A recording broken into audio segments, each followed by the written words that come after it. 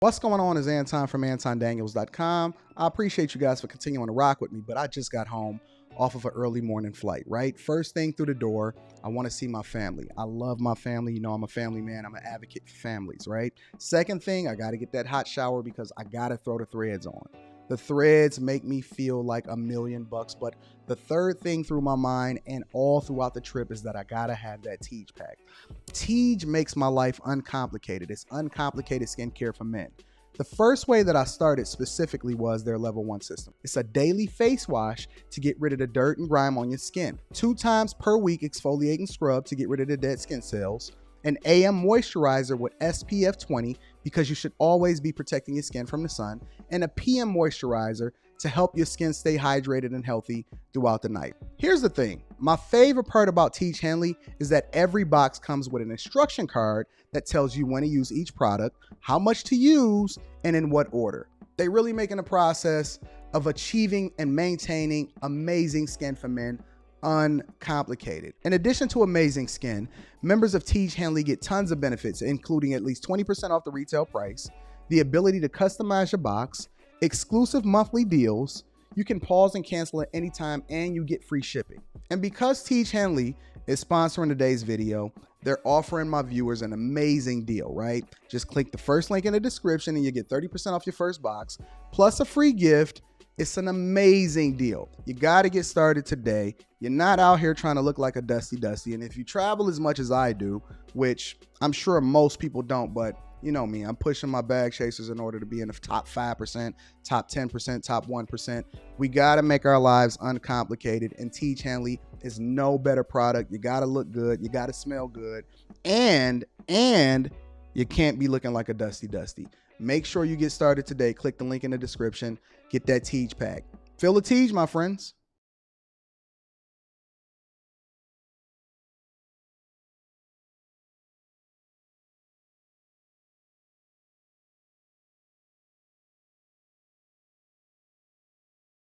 Can't be looking like a Dusty. What's going on is Anton from AntonDaniels.com. I appreciate you guys for continuing to rock with me. I see my tribe is in the chat today. Did y'all enjoy the webinar last night? For those of you that could not get inside of the webinar, we had a few technical difficulties. I tried to use one platform. That platform was just really crapping out. So we switched over to Zoom. Then I realized that Zoom only had me at a 100-person capacity limit. But thankfully, I was able to record both interactions, spliced them together, made sure that they uploaded overnight, posted it in the Patreon today. So for those of you that are part of the Patreon, if you want to rewatch it, because there was a lot of questions, and it was a lot that I didn't even anticipate going more than 2 hours, but we wound up doing a 3-hour webinar. And I anticipate doing within a week another webinar for you guys, because it's a lot of things that I never even got to, but I wanted to make sure that we drove the conversation based off of your questions, your insight, your input, and I feed off of you guys. So if you are a part of the Bag Chasers, if you're a part of the Patreon, if you did not catch it or you did catch it and you want to rewatch it, that is up in the Patreon right now. I reposted it this morning as far as the replay. And it's available for anybody to be able to stream that is a part of the Bag Chasers. Doesn't matter what tier you on, you have access to that restream. And it was a ton of information in there for you guys. So again, if you are in the Patreon, the link is in the description as well as pinned to the top of the chat. At the very top of the Patreon, if you are a member, that replay for the live webinar last night, when I got home, the first thing I did was open up my computer and we got to cooking. The replay is available for anybody to be able to watch. And I am working on some things behind the scenes in order to ensure that we don't have any hiccups with the different platforms and the software and all of this other kind of crap. I just wish things would work. And that's why user experience is so important, because we need things to work. We need things to play out and do well, and we rocking out. But again, the replay is available for everybody. So welcome to the Millionaire Morning Show. I am Anton Daniels, your host.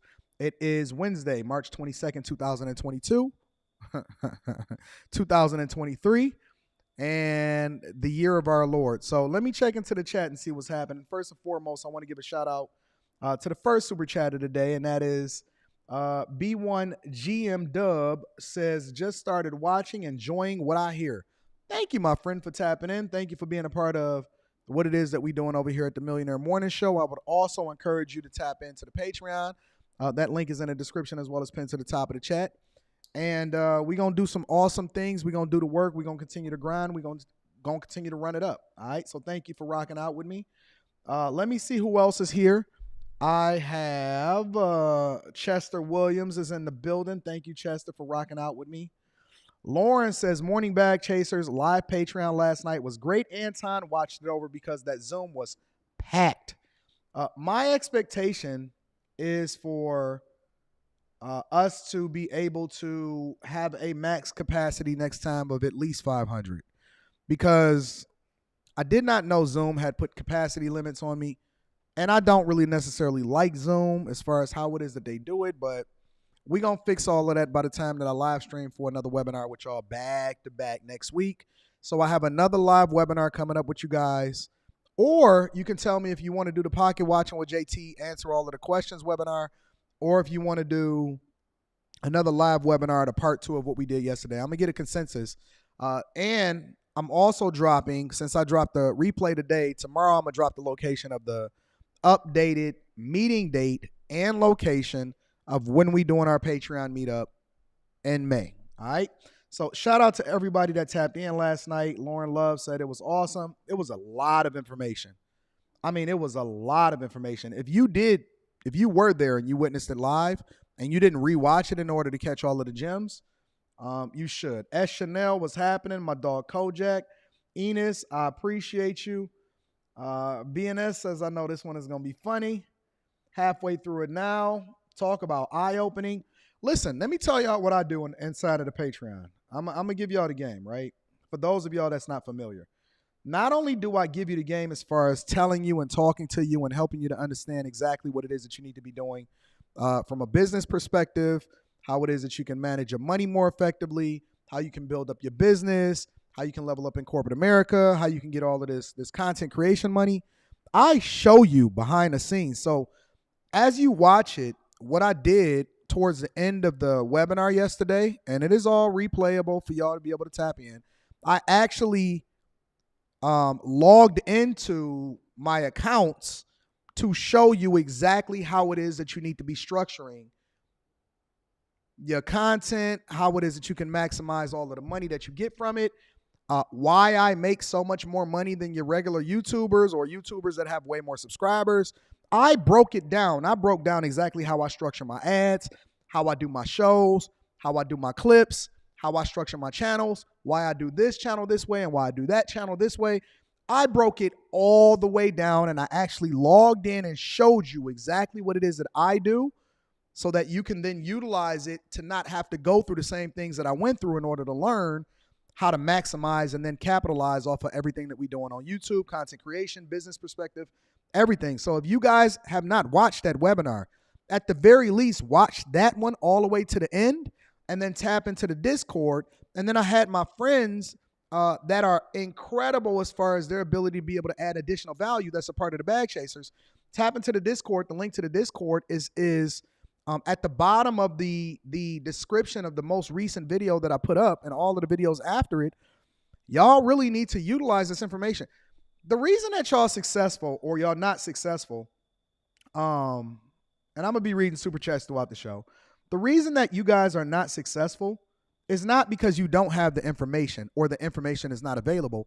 It's because you're not intentional on how you go about doing things. Let me kick it with y'all for a minute before we get into the show.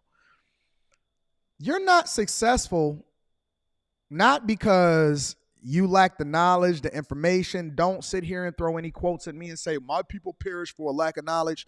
I don't want to hear that, bro. That's dead. That's gone. That excuse has been removed from you, all right? It's not that you don't have access. It's not that you don't have capital. It's not that you don't have resources. It's not that you don't have the network. It's not that you don't have the right amount of people around you. It's not that you can't get in touch with somebody that then gives you the information anymore. It ain't like you just walking around aimlessly anymore, right? You have the information. You don't have the balls to actually go and do the thing that's in your own best interest because some of you are truly afraid of success. Some of you are truly afraid of success. You so scared that everybody around you was going to criticize you for being better than what your current circumstances are. You're so scared that people are going to criticize you for selling out and not keeping it real and keeping it hood because you ain't got no felonies on your rap sheet. You so scared to be the nerd that you truly are because somebody is going to say that you ain't real enough or you ain't that dude and all of this other type of stuff. We got it backwards. You've been programmed to be a hood booger. You've been programmed to be a woman for the streets. You've been programmed and conditioned to think that you're supposed to be less than, and then we disguise it in a form of saying that, oh, they not humble enough, or oh, they not keeping it real, or oh, they not one of us, or whatever, so on and so forth. And because you let that bully over there, because the bully is the dumb one, all right? The bully is the dummy. And the only weapon that the bully has is to manipulate you and thinking that you're less than or you're not better than anybody else. And that's why we say that dumb shit. We say that junk all the time. Oh, you're not better than anybody else. Or they'll use the excuse of God. They manipulate so many different words and tactics in order to keep you down. You a nerd. I'm a nerd. I'm not as smart of a nerd as I would want to be, which is one of the reasons why I'm a C student, but I'm definitely a nerd. I'd rather spend the majority of my time with my family, doing crossword puzzles, looking at car videos on YouTube, minding out where the money and the business opportunities are, spending my time around people that don't necessarily or haven't necessarily grown up around me so that I can learn more about what it is that I don't know. During the pandemic, I went on meetup.com and searched for different events because everybody was in the house and everybody was scared to go out. So I searched for an opportunity to actually do things with people that I didn't even know, and I wound up going hiking and making lifelong friends with people that I still do business with today. You so afraid to be you. You are a nerd. And guess what? That's a good thing. It ain't never been nothing wrong with doing the thing that is going to be protective, godlike, as far as righteousness, heralding and celebrating the people that is actually doing the good thing, not going to jail, raising your children right, being in their lives, actually being faithful to all of it. Now, I ain't even just talking about your spouse. I'm talking about to your crew, to the people that surround you, the people that's depending on you. When I get a bag, you can call anybody that is on my team. The first thing that I do when I get a bag is I bust it down with my people. That is a fact. Any check, any bag, any monies that I get, the first thing that I do is I spread the wealth around to everybody else. That's the first thing that I do. You know why I can do that? Because I'm a nerd. Because I'm trying to understand, because I'm trying to learn. And then I come back and at the end of the webinar, in the Patreon yesterday, they said, Anton, somebody asked me a question, and it was one of the last questions that I had. And she said, Anton, why do you give away all of this information for nothing? Anybody that was there, she said, Anton, why do you give away all of this information for nothing? Why are you just freely giving us the game? Why are you showing us your numbers and the back end and how it is that you structure your YouTube videos and you show us your bank accounts and all of this other type of stuff? Why are you giving us this information for free? Nobody does that. Nobody is interested in doing that. They said, why do you give us that information for free? And I told her, I said, listen, I'm building an army of awesome people.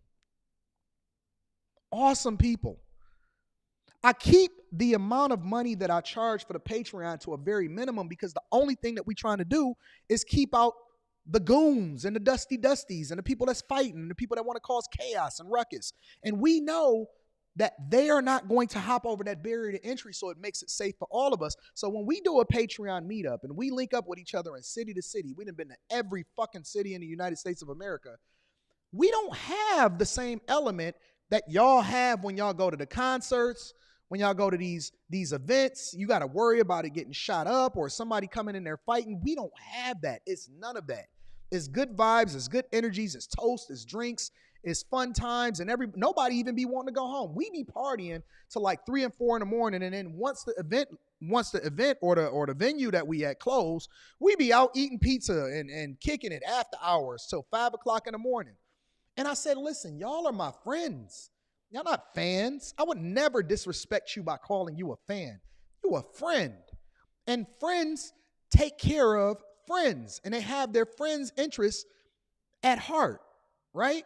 And I know, right, because it's still transactional, I know that if I continue to pour into you and you become a greater person, even if you get bigger than me, I have you as an asset. You got me as an asset, and we stronger together than we are apart.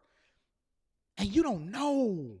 You don't really know what love is. You don't really know what friendship is. You don't know what being a nerd is. You don't know what righteousness is. You don't even understand how to be loved, because the only thing that you've been taught is love hurts, and it doesn't. It doesn't. It feels good. It feels good waking up in the morning knowing that I ain't got to worry about nobody knocking at my door and coming to arrest. It feels good knowing that I'm not out here in the streets doing the things that is going to take me away from my daughter. It feels great to have a network of people, to know that no matter what city that I go into, I can make a phone call or I can post something inside of the Discord or the Patreon and say, I'm here, and people be ready to pull up and have a good time and party with me. It feels good to have people similar to the guys that tapped in with me and the girls that tapped in with me on my live stream last night. And they say, listen, whenever you come here, drinks on me. It feels good to know that you are surrounded by people that are winning and actually have money too, because we are continuing to pour into each other, and we make sure that the opportunities is available. And we say, hey, listen, did you get that contract? Let me connect you with this person over here. Hey, you moving over here? Let me introduce you to the movers and shakers in this particular city. It feels great to have to, be in a space where our daughters and our sons' college tuition is paid for, and we can go on vacation. And when you go over to the Dominican Republic, we not out here trying to get no sex or no box, but we out here really trying to enjoy the scenery and whatever it is that they have from a tourist perspective. As an opportunity to see something different than we never seen before. It's better on this side. It's better on this side. You fussing, you fighting with your family, you fighting with your homies, you fighting with your gang members, you fighting with the dudes in the street that you grew up with, you fighting with yourself, you fighting with your mother, your father, your sister, your brother, your spouse, your whole life. All's my life I had to fight. Ain't you tired? Ain't you tired? You not tired yet? You've been fighting since the time that you wake up and all the way up until you close your eyes and they bury you in that casket 6 feet deep. The only thing that you ever to show for yourself is bare knuckle brawling. Ain't you tired? Ain't you tired of dumbing yourself down just so everybody else can accept you because I want to be accepted amongst my people? Ain't you ready to find a tribe? Ain't you trying to be around other people that actually have value and can build you up? It's people that tap into me, and I'm not going to say any names. It's people that tap into me online, and they think that I have any animosity towards them and stuff like that. And they call me or they text me and they say, Anton, or they send me a DM, Anton, I don't know if you really want to hear from me. I've changed. I'm different. I'd be like, welcome home, brother. Welcome home, sis. Yeah, but I did this and we had this. Man, that's water under the bridge. How you feel? Oh, I'm excited. I'm ready to get popping. Cool, let's work. I'm not about to sit here and discuss all of the things that we've been through or if we beefed. Listen, that was yesteryear. That was 2 years ago. That was 5 years ago. I love you. Yo, you good? You in a good space now? Let me figure out how it is that I can add value into your life, because I think that it's going to be great. It's people in the chat right now that I've gave my word to, and I said, yo, I will never talk about you in a negative way, or I will never say anything bad about you again. I'm never going to mention you in a negative light. Do I not keep my word? Do I not stand on what it is that I say I'm going to do? This is how we're supposed to operate within our sphere, our tribe. And what we're doing today is we're creating a completely different standard and culture. We throwing away the thing that we didn't like about the last culture, right? Fuck that. Fuck all of that cultural shit, all of the cultural norms that you thought was awesome. Throw it away. Throw it in the trash. We're doing things different today. We're leading with forgiveness. We're leading with love. And it doesn't mean that I'm not going to make a mistake. It don't mean that you're not going to make a mistake. It don't mean that you're not going to slip up. It don't mean that you're not going to do something wrong. But we are going to come back from that. We're going to grow. We're going to learn. We're going to build. We still got to unlearn all of the bullshit that we've been conditioned to think. And so that's why you're making a mistake. It was something that was taught to you and you embraced it. And now we have to divest ourselves from the things that's the worst for us, embrace the people that are actually, trying to go in the direction that we're going in, and we going forward and up. We're not going back to that old man. We're not doing that no more. We nerds, we're intelligent, we're engineers, we're investors, we God-fearing. This is the direction that we going in, and this is the standard that we set from here on out. Will we fall back in some of our old ways? Absolutely.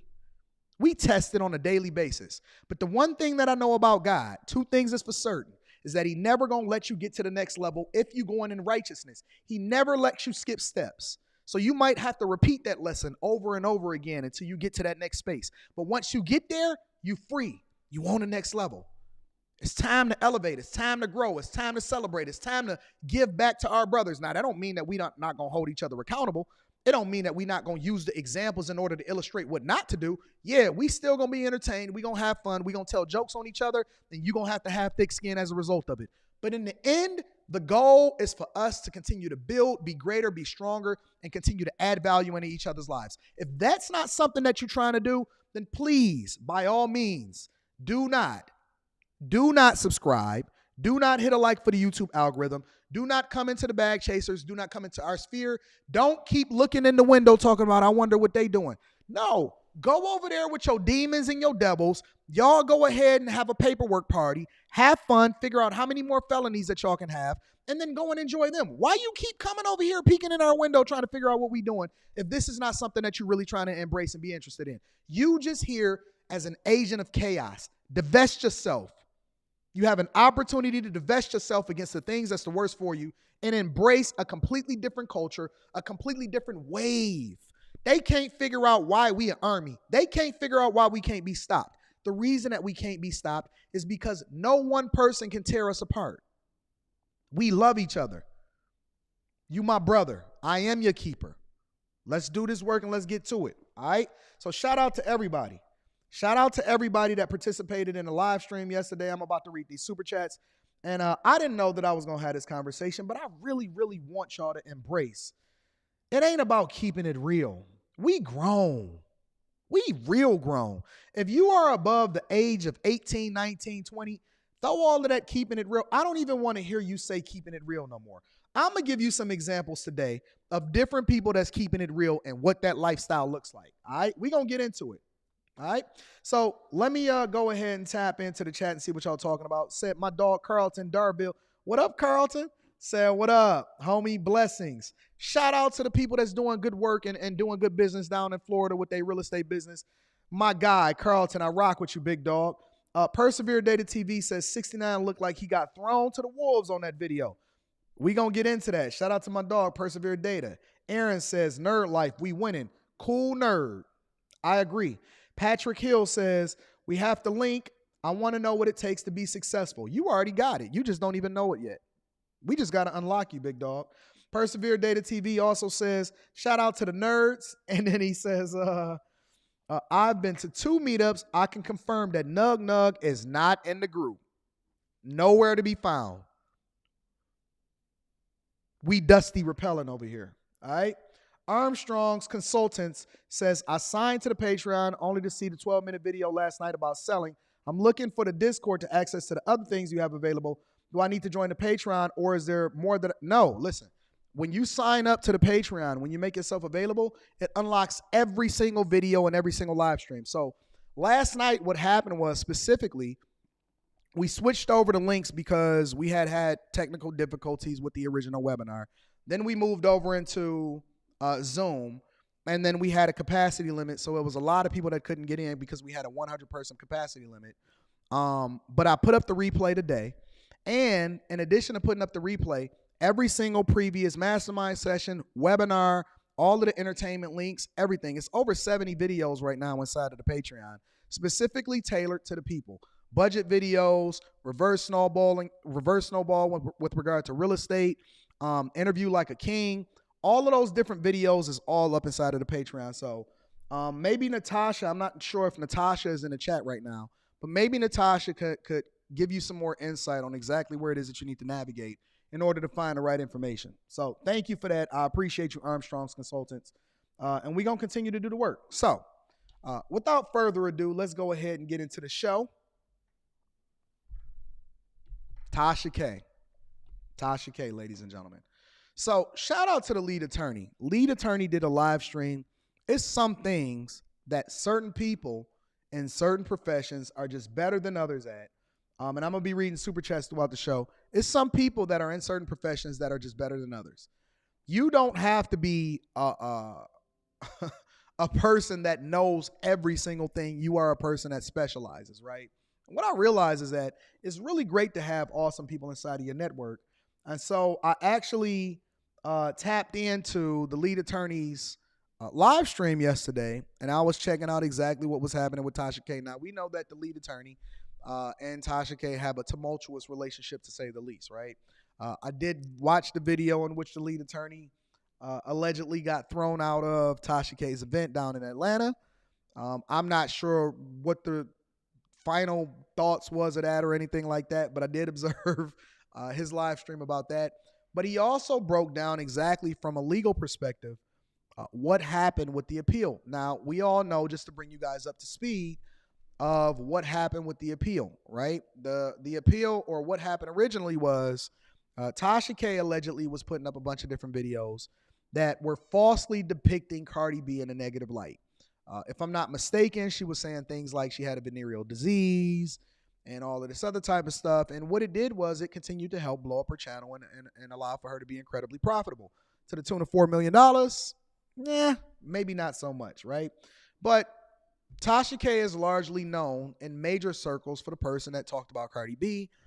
She exposed Derrick Jackson, in which he had no lawsuit for that whatsoever, so it must have been true. But Cardi B says, nah, fam, I'm coming for you. I don't care if you're a YouTuber. I don't care if you're a vlogger. You going to get this work. And so, to my understanding, and you guys feel free to correct me, to my understanding, what largely happened as a result of that was Cardi B had required her and even requested for her to take these videos down or whatever. Now, this is the game that you play, right? This is the game that you play. You win some, you lose more, you win more. And she allegedly asked Tasha K to take the videos down. Not only did Tasha K keep the videos up, but she made way more videos as a result of it. I mean, way more videos as a result of it. And so she doubled down and she tripled down. Now, instead of humbling herself, she said, you know what? I'm going to go ahead and do what I said that I'm going to do, and I'm going to give you this work, Cardi B. Well, in the end, obviously, Cardi B was exonerated of all of the false lies and the narratives, and she proved, after taking different tests and things like that, in order to say that, yo, I don't have a venereal disease or whatever, so on and so forth, that this woman, whatever paperwork, whatever documentation that she says that she has, is false. She's defaming me. She's messing up my image. She's messing up the money that I'm going to get, and I want $4 million. Cool. The judge ruled in her favor. Allegedly, Tasha K had some trash lawyers compared to what it is that Cardi B was working with. And it's levels to this. All right, there's levels to this. And Tasha K said that, yo, I'm going to appeal. I'm going to appeal. Well, yesterday, according to the lead attorney, she lost the appeal. And this is what she posted as a result of it. She says, damn winos, we lost the appeal against Cardi B. Sad day. But we gonna be all right. I appreciate all your love and support throughout this fight. Today, we throw in a white flag. I don't really think you had a choice, but okay. What happened will never happen again. Now, some people are looking at this and they saying, is this really an apology or is this just saying that, yo, I lost?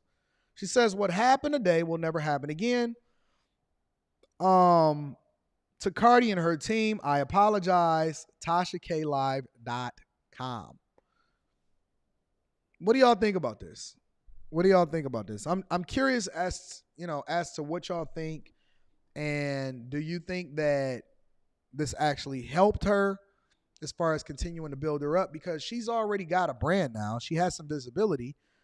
But I don't think that you'll find anybody, even under a rock, that will say that this was a good thing for her. It created more visibility. It helped to blow up her platform. But to the tune of $4 million, that's a huge marketing bill. Let me share with you this article on Billboard just to give you a little bit more information as to what's happening.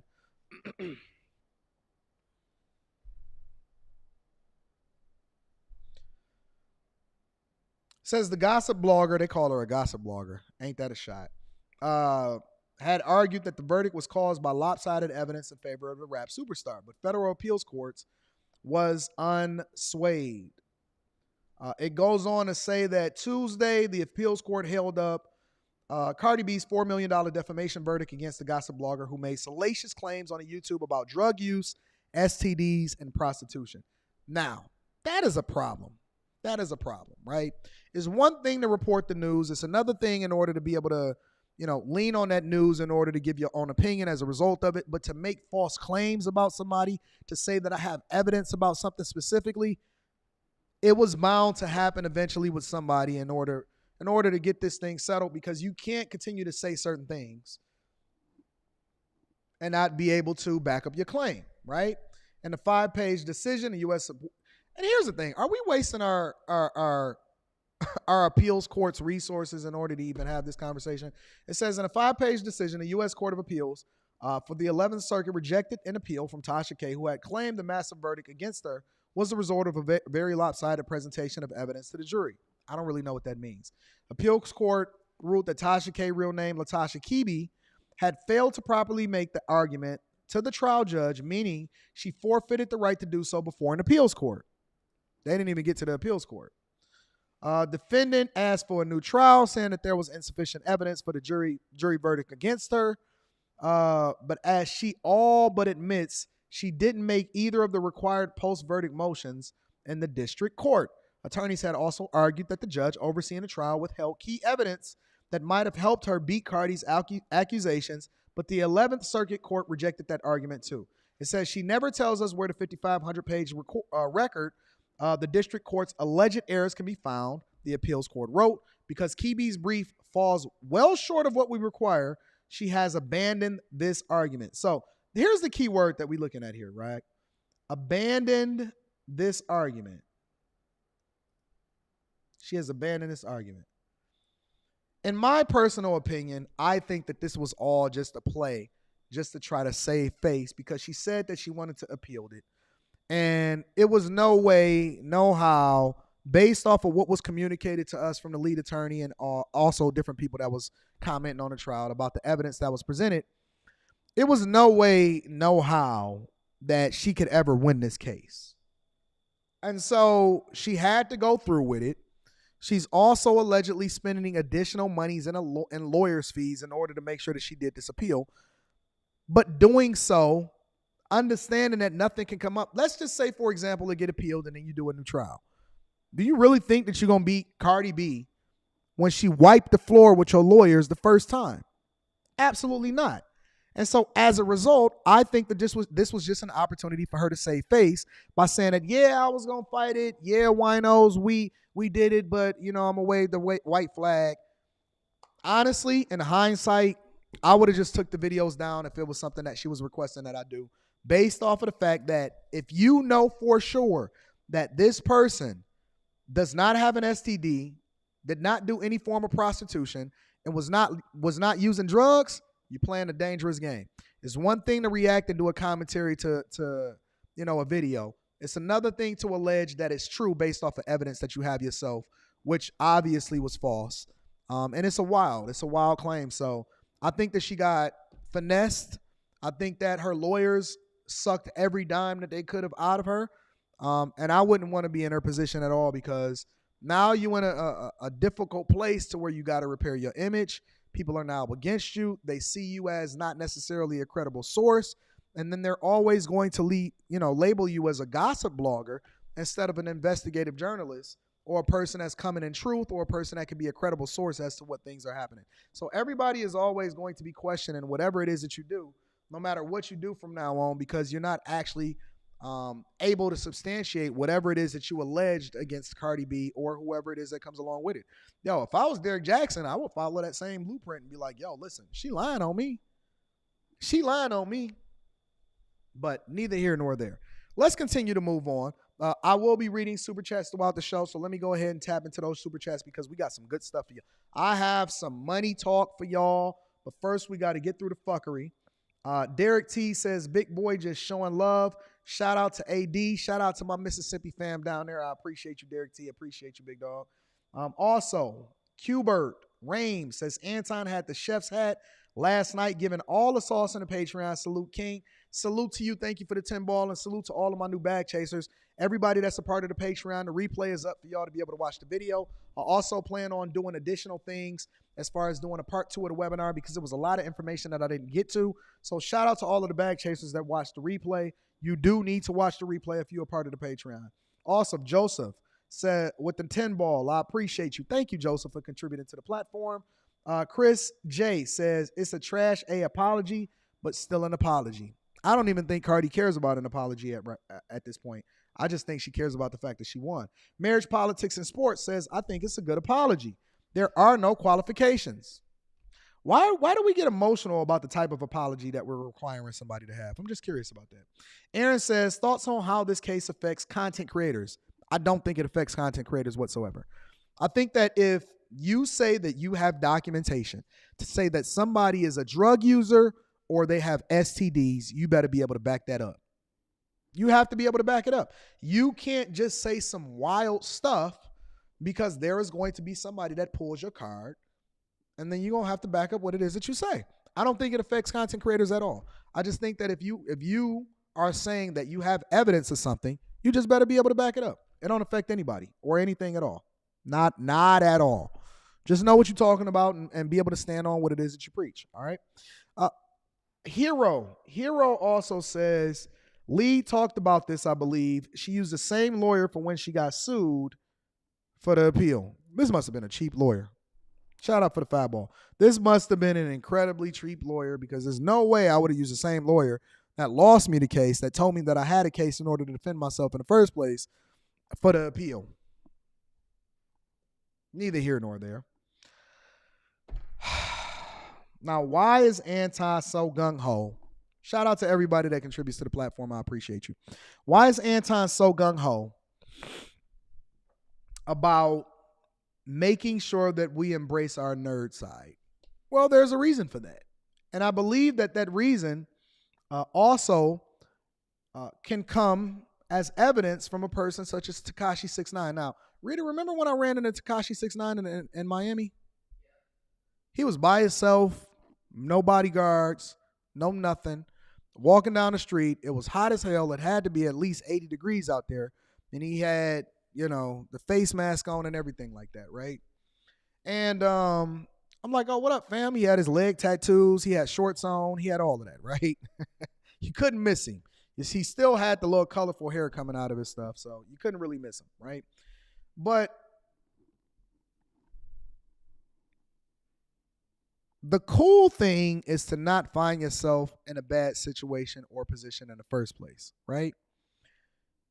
You can't capitalize off of something, say that you're real, and then not expect for somebody or someone to be able to pull your card at some point in your life.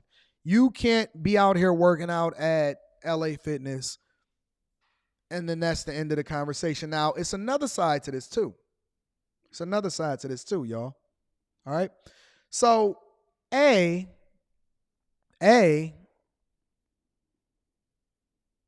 is another video that's out there floating out in the atmosphere that I don't want to play on this platform because I don't want to get my video demonetized. I like my money. I believe that I deserve to get every dime as a result of having these conversations and streaming with y'all. All right. There's another video out there floating of a bunch of dudes standing over him, and he's laying on the ground with his feet in the air, covering himself up, saying, you know, basically, like, nah, fam, don't hit me or whatever. Why y'all jumping me and all of that other type of stuff. And then the dudes are sitting there like, yeah, fam, and then, you know, they hit him or whatever, so on and so forth. And then allegedly, they took his pants.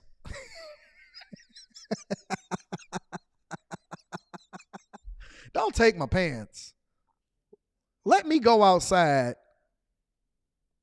with my pants on. Please, Freaky Jason, can I have my pants, please? So allegedly they took his pants. They left him bloodied, and I am going to play this video or this short, and I'm reading super chats throughout the show. I will be playing the video of this one, but I won't play the video of when he was getting assaulted inside of the bathroom. All right? So this is Tekashi 6ix9ine, and then I'm going to give you my thoughts afterwards. Yo, niggas, jump 6ix9ine, bro. Yo, homie, I'm not gonna lie, bro. I'm a fan, bro. Yo, I'm a fan. I'm just saying, bro. I'm a fan, bro. I know, I ain't jumping, bro. I'm just saying. That's crazy. That's crazy. Now, who is the guy that's walking with him? Is what I'm saying. Yo, niggas, jump 6ix9ine, bro. Yo, he leaking. Homie, I'm not gonna lie, bro. I'm a fan, bro. Yo, I'm a fan. I'm just saying, bro. I'm a fan, bro. I know, I ain't jumping, bro. I'm just saying. Who was the dude that's with him? That other guy. Is he the bodyguard that was supposed to be protecting him? The guy that's walking out with him? That's crazy. That's crazy. Who was the dude that's walking behind him? Why wasn't he there when Tekashi was having an altercation? Yo, I'm a fan. I'm just saying, bro. I'm a fan, bro. They didn't whip his weave out. They took his weave out. They didn't beat this man's weave out. I did a little bit of research on Tekashi. Do you know that this man got a video on YouTube called Fifi that he did with Nicki Minaj that has over 1 billion views? 1 billion views. He has a video on YouTube that literally has a bill. Y'all don't believe me. You don't believe me? You certainly don't believe me. He got a video on here that got 1 billion views, yo. That's crazy. You don't believe me?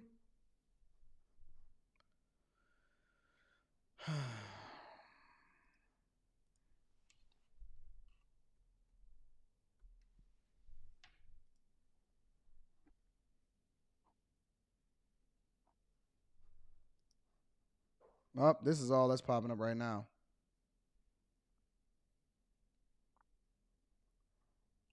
Let me see.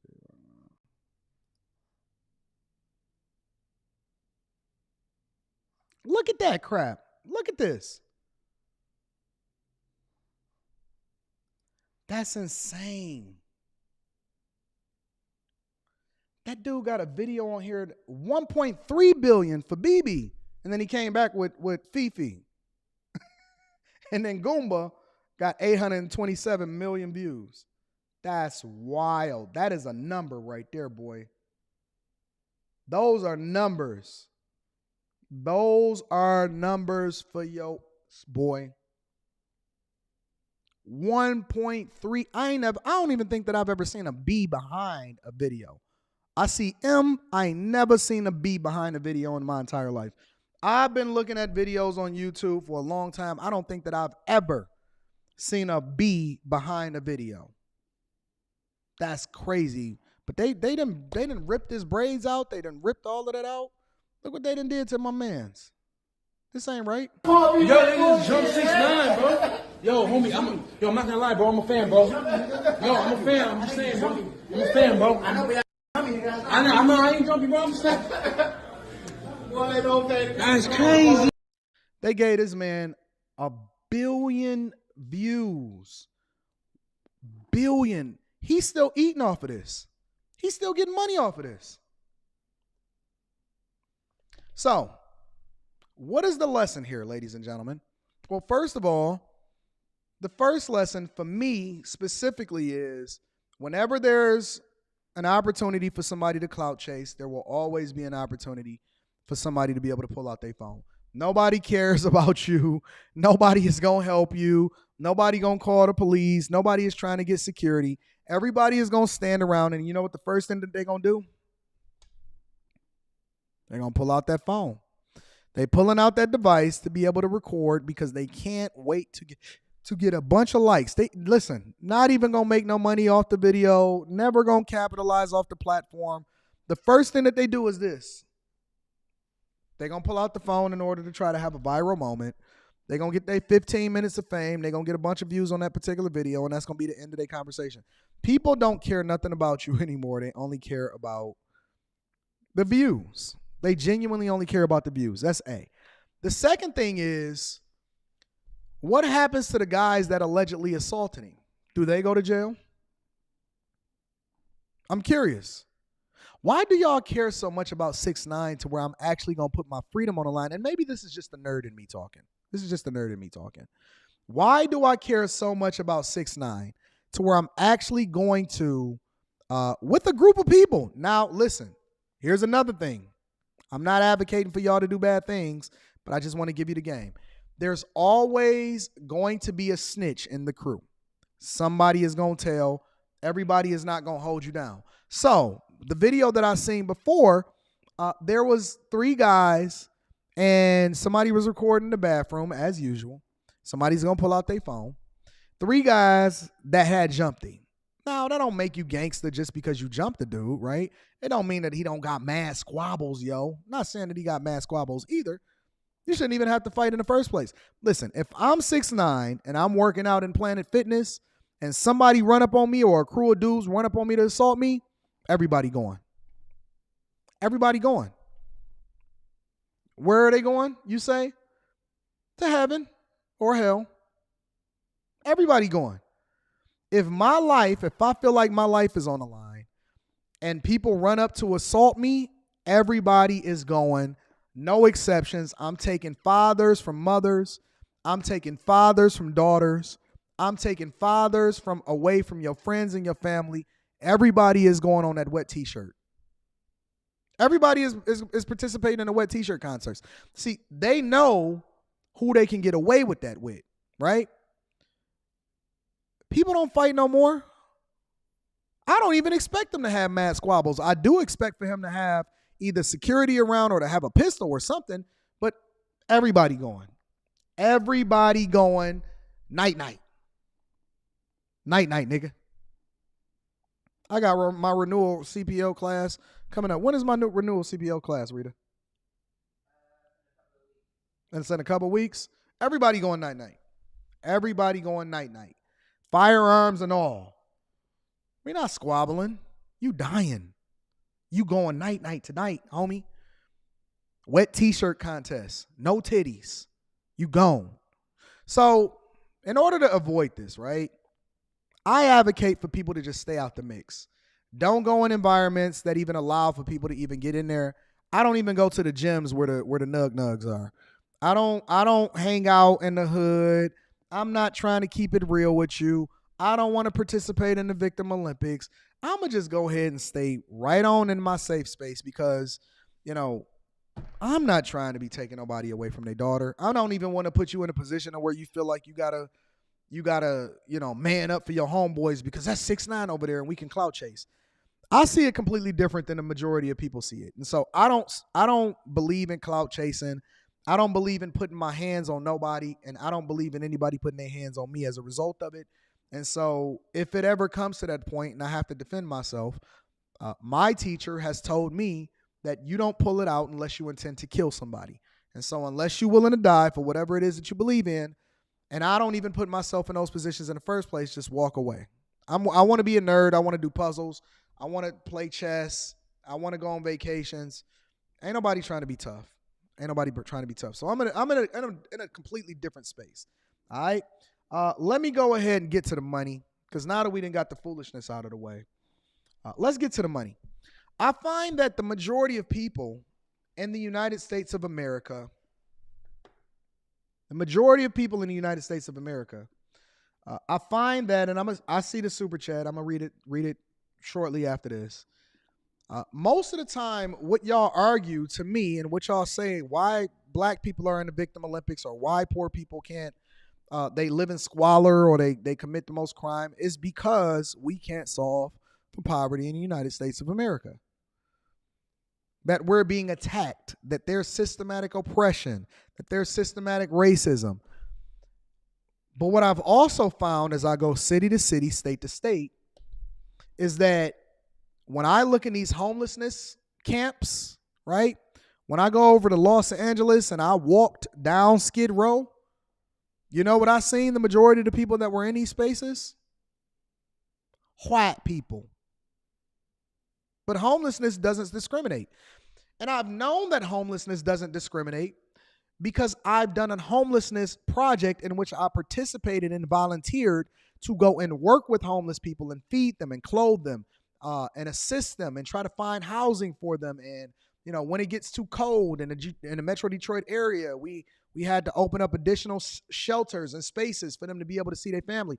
And the face of homelessness and poverty is amongst us. It's all around us. And there's no avoiding it, right?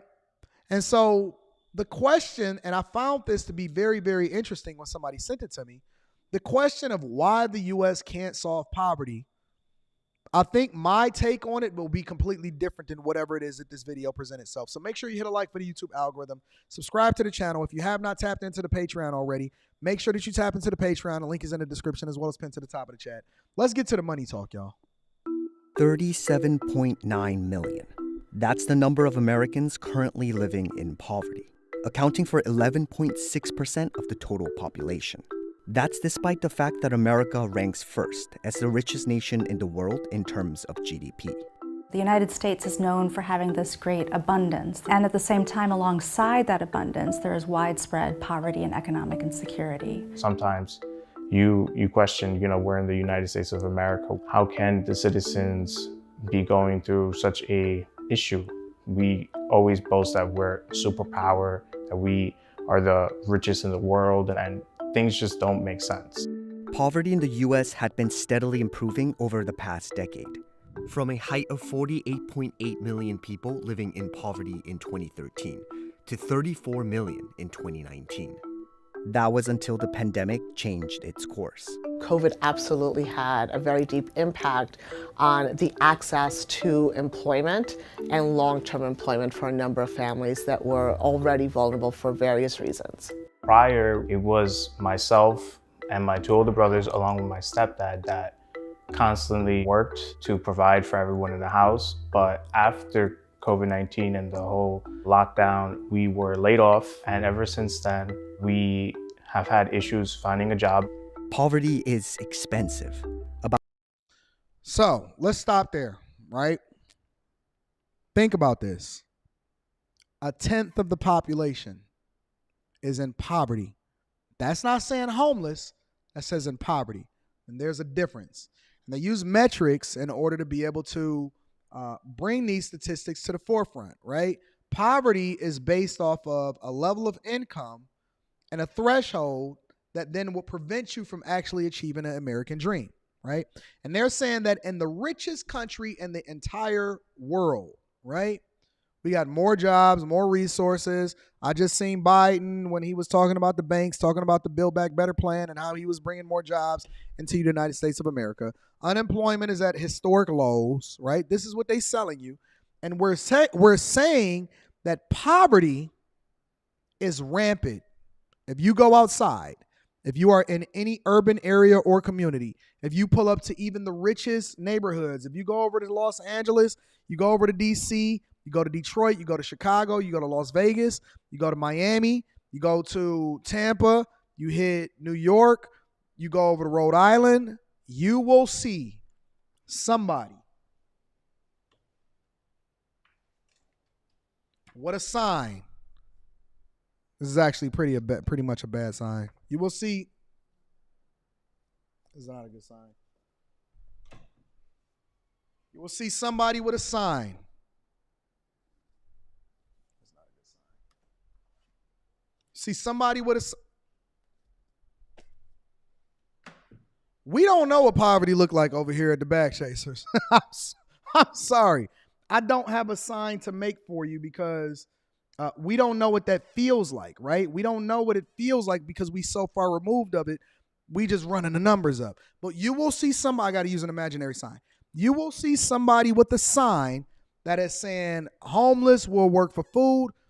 I'm walking down the street yesterday to go and get my car because I park about 2 miles away in order to be able to really experience the city. And I let my car charge up because I'm driving a Porsche to, into the office every day. And I'm coming out of the structure and I see two homeless people fighting. You know what they were fighting over?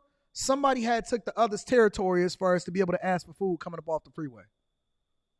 They were tussling and I thought one of them was about to throw the other one onto the freeway. They were fighting for territory to go and beg people in order to be able to get the people to give them some money after they come up off the freeway or they leaving out of the casino. That was happening. And then they saying poverty is expensive. Let me tell you why it's more expensive to be poor. Well, I'm going to let them say it and then I'm going to break it down. About 11% of the federal budget, or $665 billion, goes to economic security programs. And it's not working. And I'm going to break it down why. Child poverty alone is estimated to cost the U.S. over $1 trillion, based on the latest research from 2018. There are also really high costs on an individual level. Poverty leads to more anxiety, it leads to more stress, it leads to more health problems, all kinds of things that amplify the effect of poverty. Hey, you hear the nice doom, doom, doom, doom, doom, doom. You hear the music playing in the background? Poverty. The feelings that you would usually encounter when you're in this position is mostly depression. Why can't I find a job? Why are we? Now you see this able-bodied man right here on our screen. You know one thing that he didn't stop doing, Rita? This able-bodied man that's on the screen that's complaining about being in poverty. You know one thing that he didn't stop doing? Busting it open. Because he's sitting there with a baby. He's still having sex. He ain't stopped busting it open. One thing about poor people is they don't stop humping. I don't see nothing wrong. Ooh, with a little bump and grind. With a little bump and grind.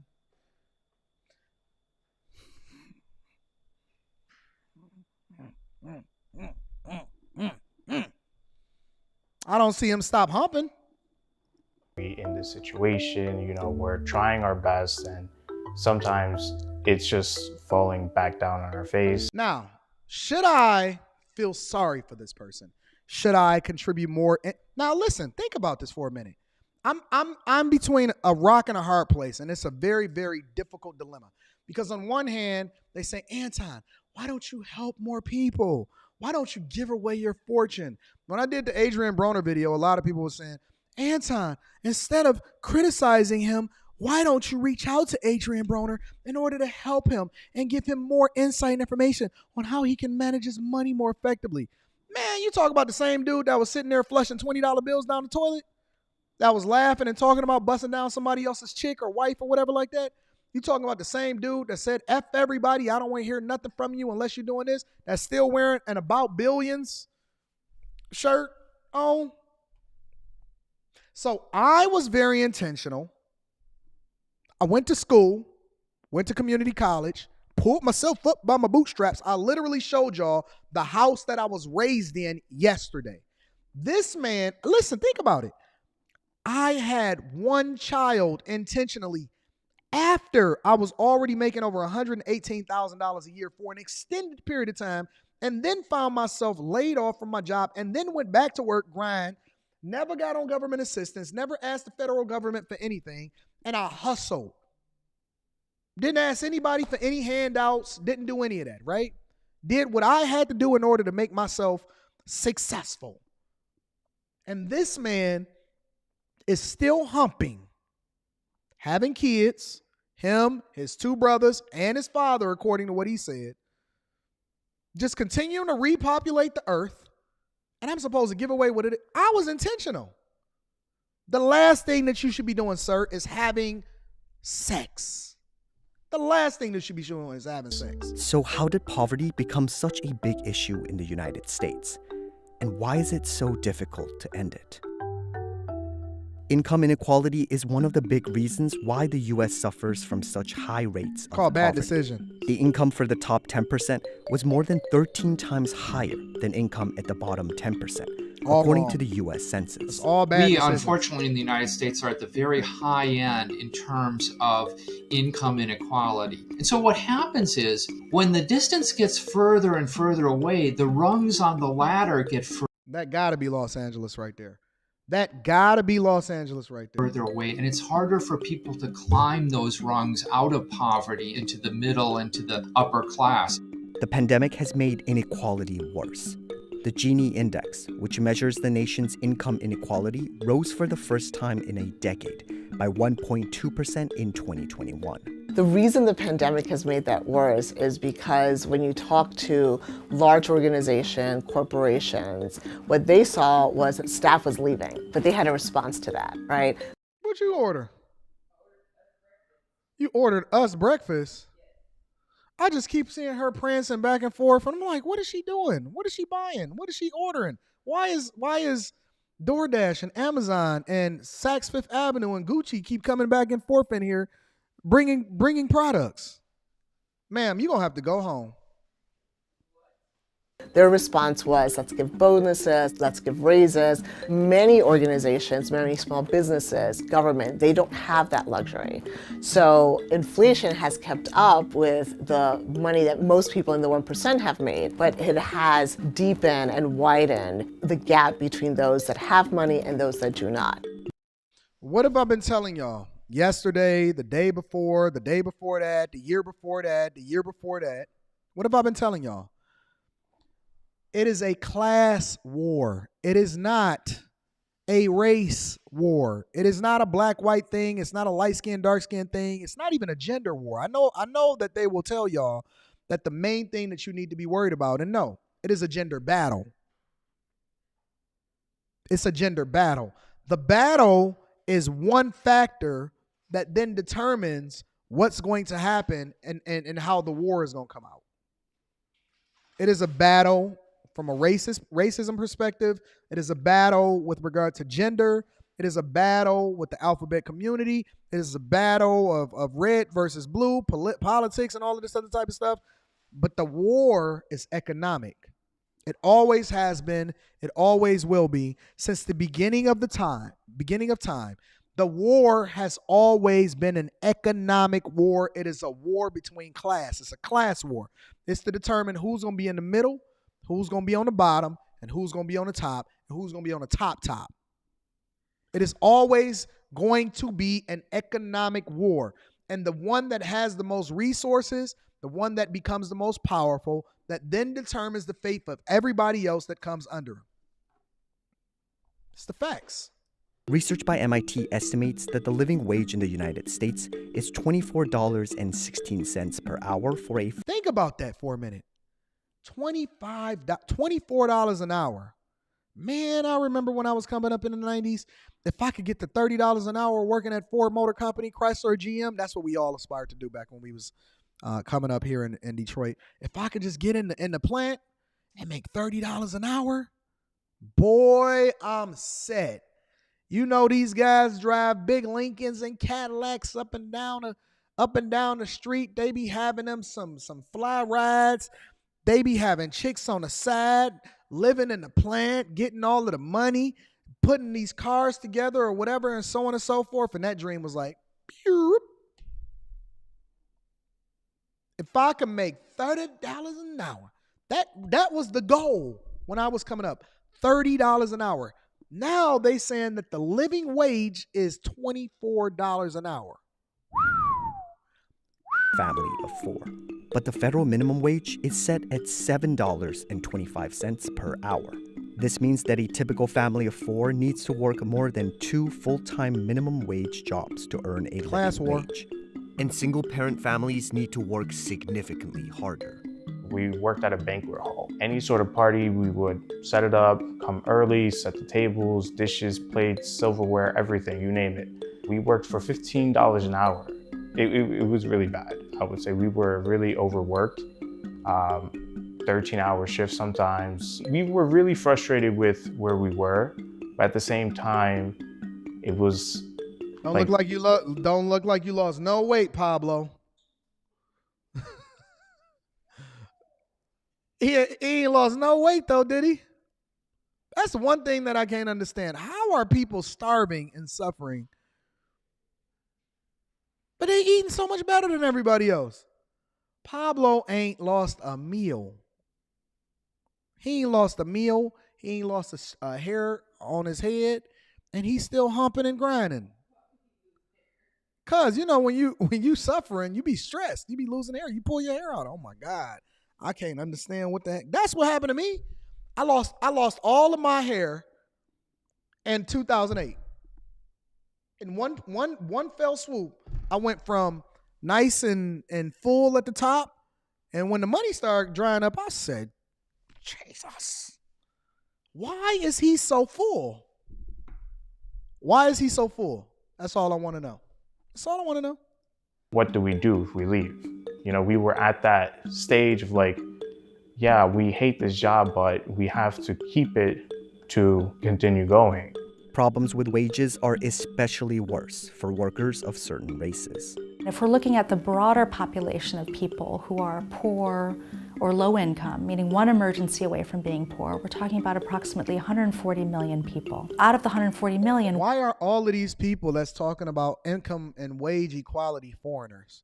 Every single person that I've seen come up on this video is somebody that probably, let me be quiet. Well over 70 million people, well over half of that population are people of color.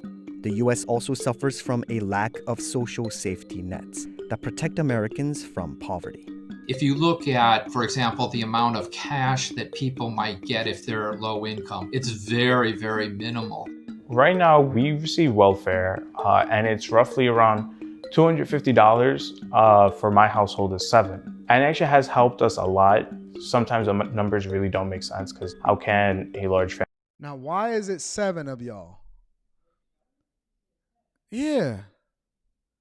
Look at all of them able-bodied men in there. Why is it 7? I mean, honestly, of all the things, maybe I'm wrong. Of all the things that we could think of as an issue, you don't think that, look at him, looking at the baby and all of this, you don't think that it's not smart to bring more mouths to feed inside of the household and have more babies? Because you're not entitled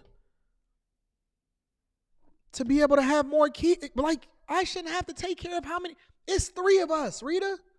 And we were very, very intentional about that. It's 7 of them. Why should I give more resources over to be able to feed them?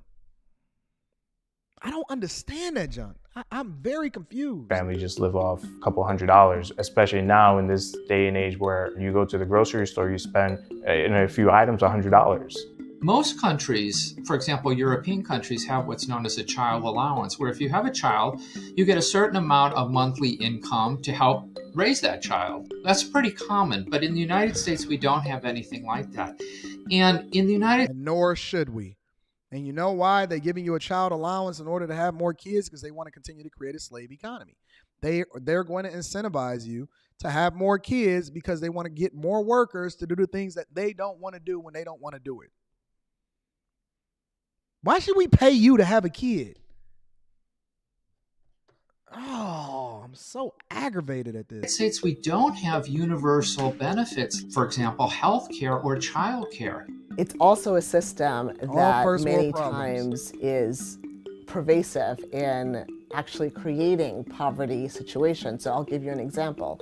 If I'm eligible for Medicaid today, and I'm also eligible for cash assistance, and I'm also eligible for SNAP, if I get a job that provides me even a little bit closer out of poverty, I lose all those benefits.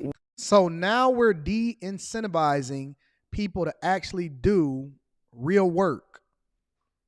Because we just said, hey, listen, take some food, take some government housing, take all of these benefits, take some good health care and things like that. And so then people be like, she literally just broke it down. And then people say, well, why would I get a job and actually work and be able to learn to appreciate the things that I actually have to work for when I can sit here and get it all for free? And they just going to keep taxing other people and giving it to me for free. Think about that for a minute.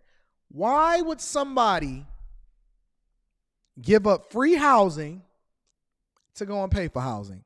You gave them a place to live. You gave them a way to feed themselves. You gave them some good health care coverage to go and make more babies so that they can continue to get more free housing and more health care coverage and more SNAP benefits. You literally are pushing people into poverty by incentivizing them to continue to go down this path. And y'all think that this makes sense.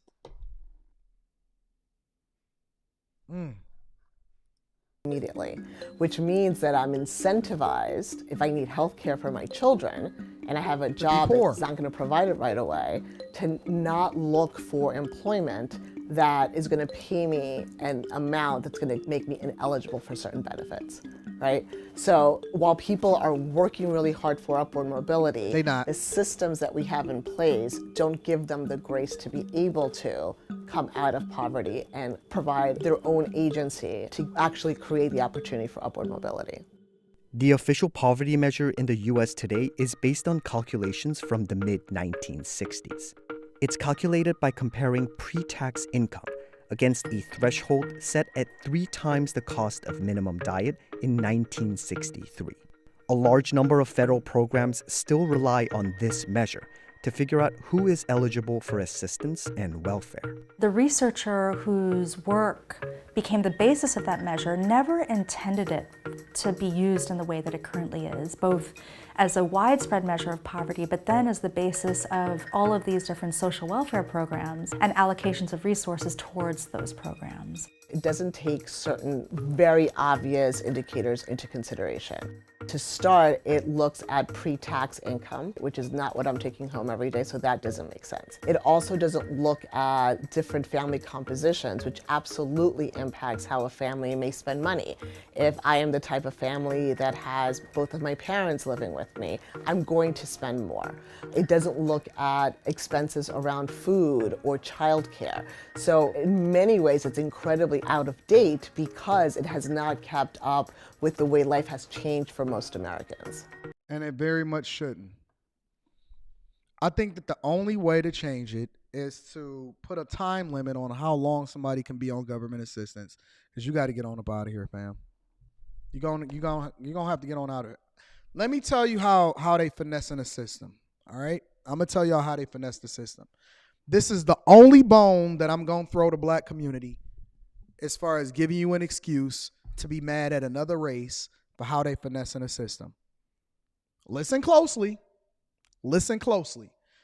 This is the only bone that I'm throwing the black community as far as holding other races accountable for how they're finessing the system. Are you ready?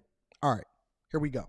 We're gonna go quickly because I don't want to sit here living in the victim Olympics. All right.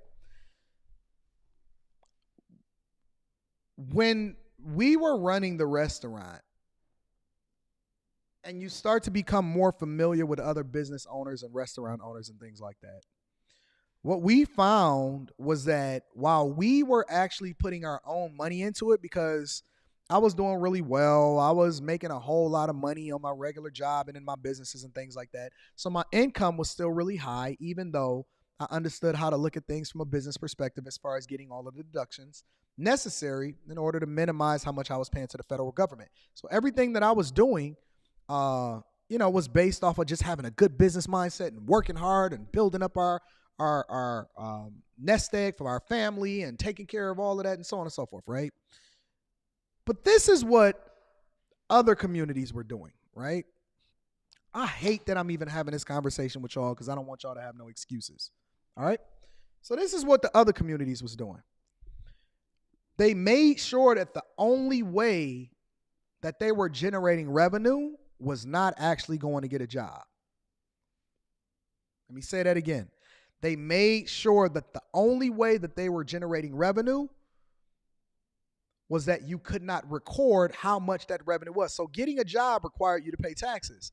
It required for you to get a W-2, right? You got to fill out a 1040 and all of this. Well, everybody got to fill out a 1040, but you got to fill out all of the documents that say, hey, this is my tax threshold. This is my Social Security and everything like that. And so every person that I knew that actually had a restaurant, a car dealership, any kind of business, tax service, whatever, all of it was a cash-based business. Now, why would they have a cash-based business? Because they didn't have to then report to the federal government exactly how much they were making. And so this is how they would finesse the system. I got a restaurant, you got a restaurant. I'm generating all this level of revenue. You generating this level of revenue. You come into my business, I'm using data, right? All of my stuff is credit cards. The majority of the people that pay for the services are using a credit cards, debit cards, so on and so forth, Apple Pay, whatever. You only requiring cash. They don't have to record it, and because they're a cash business, they grossly underreport the amount of money that they're making in order to make sure that they stay on government assistance. Now, why would this restaurant want to stay on government assistance? Well, because they can then say, well, we have 8 people inside of our household, so we're going to get $2,000 a month in SNAP benefits. And when I go to Sam's Club, or I go over to the meat producer, or I go over to this, you using your SNAP benefits in order to pay for the food that you then prepare and sell to the rest of the people. I'm using my revenue that I'm generating from the business to reinvest back into the business, and they were using a SNAP benefits in order to buy the supplies and the things that they then use to make the food that they sold back to the people. So they was double skimming it, right? They was getting the food for free, and then they were selling it at a gross profit because they didn't have to then say that a pound of chicken costs this amount of money. I gave y'all a bone. I'm giving y'all the game.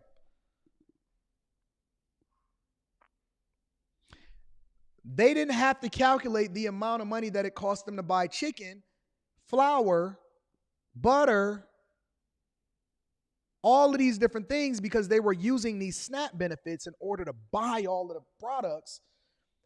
See, they didn't do it like y'all do it. What y'all do inside of the hood is you get your SNAP benefits, right?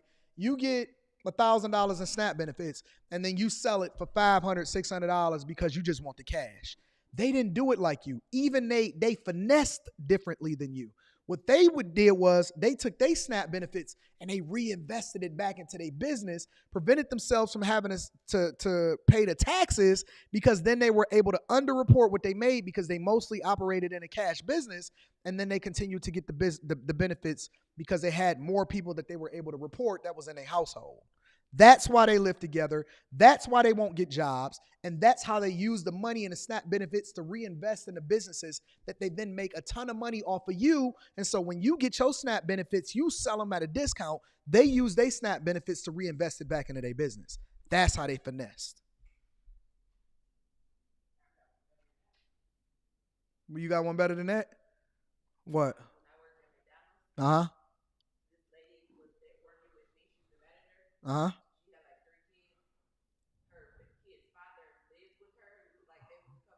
Yeah.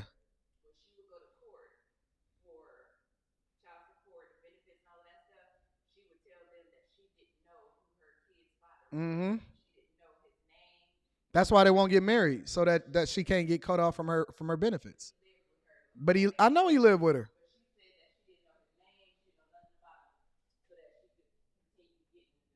Yep. That's how they finesse. See, I seen this firsthand. I'm sitting there and we got our order from Sam's Club and we going to pick it up. And this dude is paying, he got 10 baskets and they putting all of this stuff in his car, and he paid for all of his stuff with SNAP benefits, and we actually paying for it with the profits and the revenue out of pocket that we generated from the business. Because we doing it on the up and up, and they finessing. I know I'm always dropping the game on y'all. Everything that they generated was completely pure profit. Everything that they generated was 100% profit, because the government bought the food that they then used to prepare to you and sell it to you. And that's why they won't get no jobs. Think about it. Car business, hustle. Restaurant business, hustle. Let me give y'all the real game. Why do y'all think that the federal government is trying to move everything over into digital? You haven't figured that out yet? It's because that's the way in which they can they trying to get rid of the dollar. They trying to get rid of the actual real dollar. The reason that they trying to get rid of the real dollar is because then they're able to better track how it is that you're utilizing or whether or not you're making money in your business. As long as we keep cash, as long as we keep fiat currency, as long as they trying to get rid of coins, they trying to get rid of dollars, they trying to get rid of the 5, 10, 20, the $100 bit so y'all can't have no money phone no more.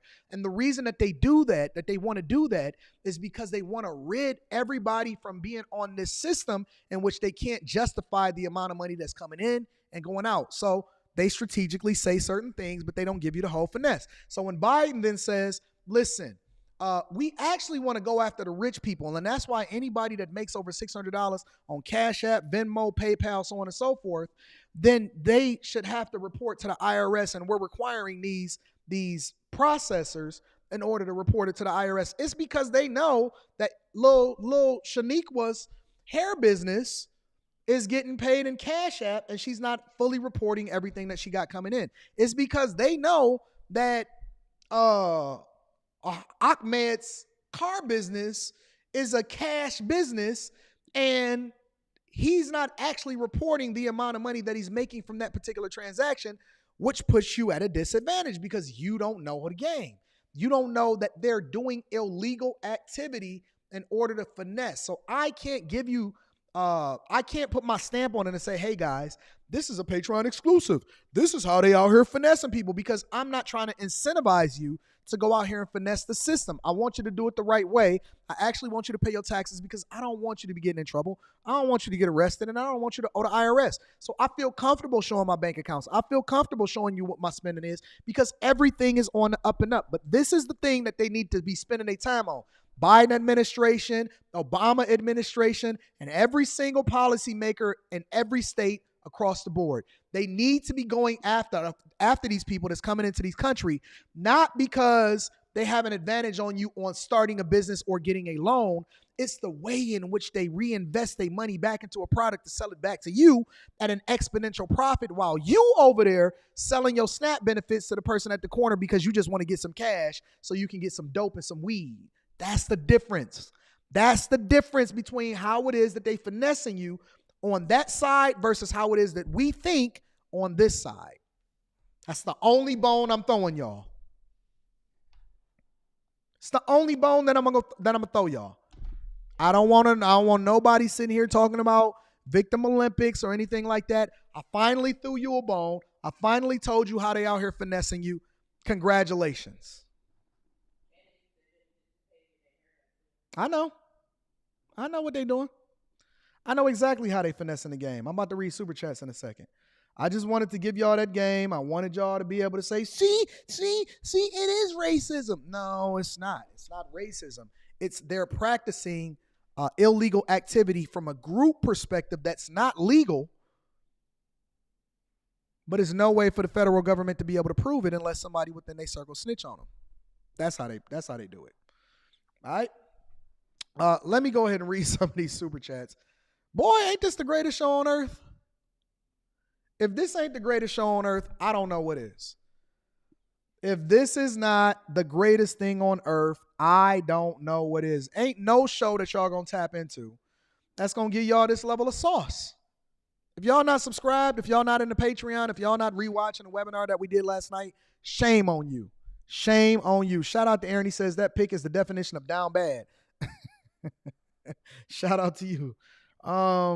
Elliot Jackson says, get my real estate investing business off the ground and have been looking at the Detroit market for a while now. I saw in the Patreon that you invest in businesses.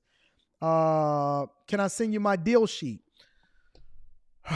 So you probably seen in the Patreon where I did the invest in a business where I was giving seed money to different people. I need to know exactly what your real estate business is that you're trying to get off the ground, right? It's different ways you can make money in real estate without even needing any money to get started in the first place. So let me think about that. Because Anton is out here building homes and all of that. And so I'm not really sure what the investment is. But y'all can email me. Email me at antondaniels413@gmail.com. Send it to me and I'll have my assistants look over it and then we can play it by ear from there. So shout out to Elliot Jackson. I appreciate you for the super chat. Chelsea, I'm going to be seeing her on Friday. Says salute to Anton. We still on for Friday? Yes, we are. Chelsea, I am going to be reaching out to you. I'm going to be giving you the address. Shh, don't get an address to everybody else. She got the 313, $3.13. Shout out to my Detroit brethren. That's the zip code and the area code for, not the area code, the zip code for Detroit. I appreciate you, Chelsea. Grower Tech G says, damn, boss, you just dropped some game. Salute, my bro. Now, that is not an opportunity for y'all to go out here and finesse. I don't want y'all out here taking the information that I gave y'all as to how they finesse in the game and then utilizing it in the same way. I do not condone illegal activity. I am not a financial advisor. I'm just telling you how they're using their benefits to level up and put you at a disadvantage because you don't have the information. All right. This is for informational purposes only. HLC Jr. says, Anton, keep giving the game. Much thanks. You are much welcome. This is what y'all should be doing. I'm going to tell y'all what I advise y'all do. The same thing that they do to you. They look at you as competition. And you know what they do to you? They make an anonymous phone call. In order to get you jammed up. You don't know. You think it's your sister. You trying to hold your homegirl accountable. You was the only one that know. Nope. It's the competition that's making anonymous phone calls in order to get you jammed up. Y'all need to start snitching. Y'all can't wait to tell on everybody else. Y'all can't wait to tell on each other. Why y'all not telling when y'all see what's their names, Rita? Give me a Asian name. Yeah, an Asian name. Chung Lee is from Street Fighter. It's from Street Fighter though. Chung Lee is from Street. I asked Rita to give me an Asian name and she said Chung Lee.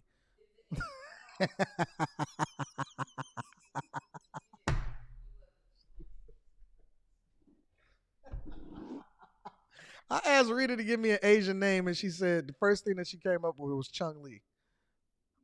Y'all need to start snitching on Chung Lee. The first time that you see them finessing, don't feel sorry from them. Don't listen. You want to get a leg up? Snitch on Chung. You could at least said Jet Li. Jackie Chan. They saying Jackie Chan. Ming. Black Beauty is saying Ming. Yao Ming. Bruce Lee. Y'all so ignorant. Y'all are so ignorant in the chat. Oh, look at all of these names. Some dumb goy. Fang Wu. Tan. Donnie Yen. Donnie Yen is a director. Ain't Donnie Yen a director? I hate y'all so much. Y'all are the worst audience in the world. Black China.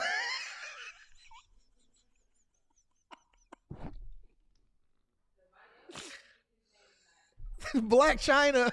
She said Black China.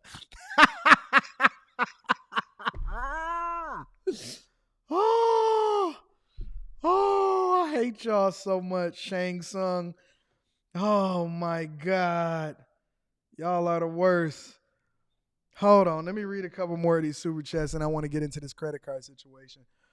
So Original says, what up though, Anton? Man, let's do some business. But first you got to cut off Charleston White. Well, then that means that we ain't never doing business because I ain't never cutting off my homie. No. What did y'all do? You thought that $5 was going to be the incentive to be able to get me to cut off? I don't see no laughing emoji in that. Thank you for the fireball, but the answer is no business for you. My girl, AQ Inspirational Champion, says everything you said about these mom and pop restaurants is accurate. I personally seen the owner use EBT at Sam's and Costco to get ahead, and y'all just keep y'all head down and y'all don't say nothing. Y'all better start telling. Why y'all not snitching? Why y'all not snitching on these people? They're robbing you, and they're also taking your tax dollars to then make money off of you, and y'all not telling. Shout out to STEM Flag TV is in the building. I appreciate you, big dog, with the 10 ball. Y'all need to start telling.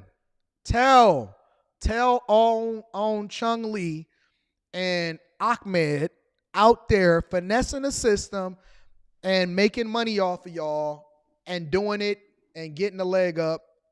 I gave you the sauce. Next time y'all in Sam's Club and y'all see them walking around and they doing certain things that they're not supposed to do, if they doing it legally, that's one thing. If they doing it illegally, listen, if they have a car that has the restaurant name and logo on it and they sitting in there paying with their SNAP benefits, I'm not saying that they paying for SNAP benefits because they're doing something illegal. I'm just saying it's a red flag for me.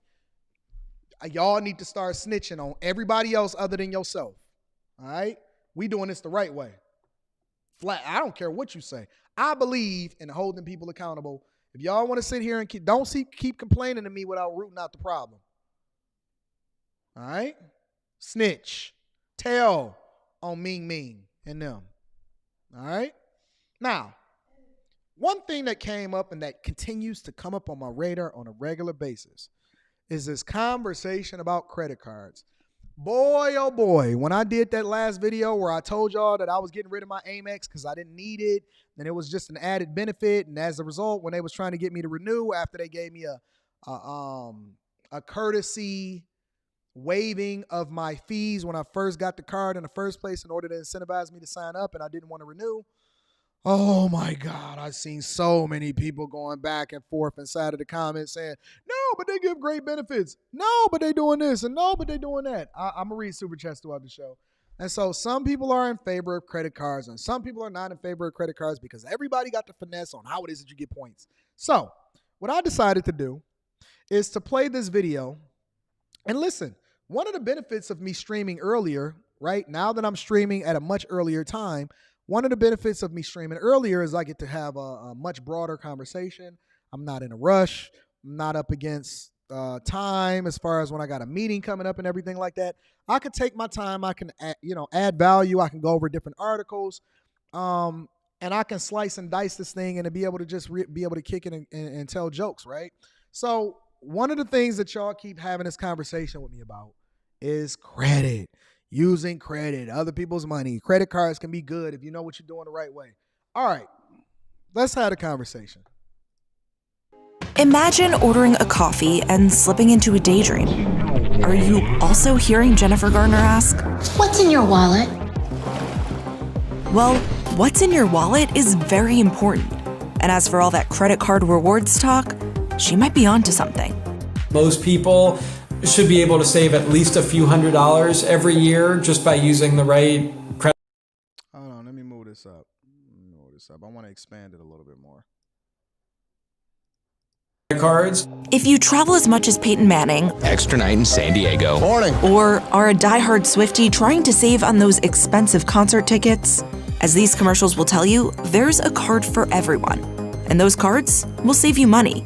Well, that is, if you have the funds to make the rewards worthwhile. They could be really useful or they could be dangerous. I think the biggest tip is to know yourself. Now, to ask people to know themselves is like asking people to know what they're looking for when they're trying to pick a spouse. We know that y'all don't know what y'all talking about. You know how I know that y'all don't know what y'all talking about? Is because credit card debt has skyrocketed. Debt in general has skyrocketed. The amount of people, every single time that I ride down a freeway, I see a repo truck that got a new car on it every time. Most of the time, it's a Charger or a Hellcat. Everybody keeps saying, oh, but Anton, it's okay if I have credit cards because I'm going to pay off the balance every month. Use a lie and the truth ain't in you, but we going to mine this out.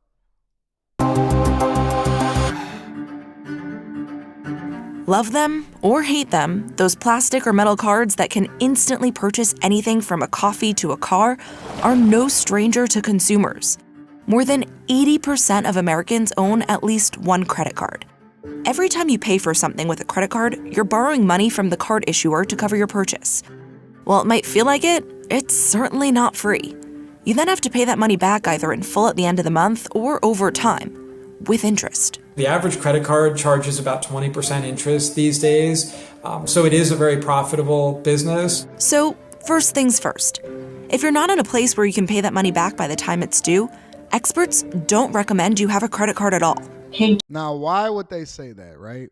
Why would experts recommend that you don't have a credit card at all? And why do credit card companies continue to market to people that actually don't know what's best for them?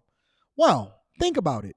You show up on a college campus. A lot of y'all that's in this chat has went to college. You went over there. You got slutted out, right? It was an indoctrination camp. And so you had to slowly grab yourself out of it in order to have more conservative views. They told you to hate all men. They told you that you were sexually liberated and free. Go feminism, go feminism. Well, amongst all of that noise and chaos where you was trying to get your basket weaving degree and you was going into debt so that you can eventually come to me or Biden, so that Biden can come to me in order to rob the rich in order to continue to pay off your student loans that they now fighting in the Supreme Court, neither here nor there. Don't worry about it. I'm just going on a small rant. While you were at your indoctrination camp, aka college campus, away from home because you couldn't wait to get away from your parents, one of the things that they did there also is they said, listen, we got this little bit of paperwork for you. And you say, well, what is that paperwork? Am I joining the army? And they said, no, you're not going to join the army. You're going to get a credit card. And they said, yay, I get to build my credit and I get to go out shopping and I get to go out and buy stuff and then whatever. And then the one thing that you didn't look at is the fine print. They got it in very, very fine print and then it's this big old number. And that number is your interest rate. Now, I've seen interest rates on credit cards be anywhere from 16, 17%, all the way up to almost 30% interest. 30% interest. I mean, that is an egregious amount. But if it was so reasonable and if it made so much sense, then why do they spend more money marketing to you and yourself at college when they know that you have no ability to be able to pay off that balance in full? If you were so responsible, then why do they tap into you when your brain is not even fully developed to make a grown man decision about how it is that your financial future is going to be affected for the rest of your life? Don't worry. We'll get there. We'll get there. 20% interest on a balance that you've accumulated, and then you pay interest. Look at Ann. Ann is kind of hot. Ann, you are a distraction. Interaction. I see you, Ann. On top of that, I mean, that's a really big hole that you're continuing to dig, and it's going to be real. I ain't listening to nothing that Ann is saying right now.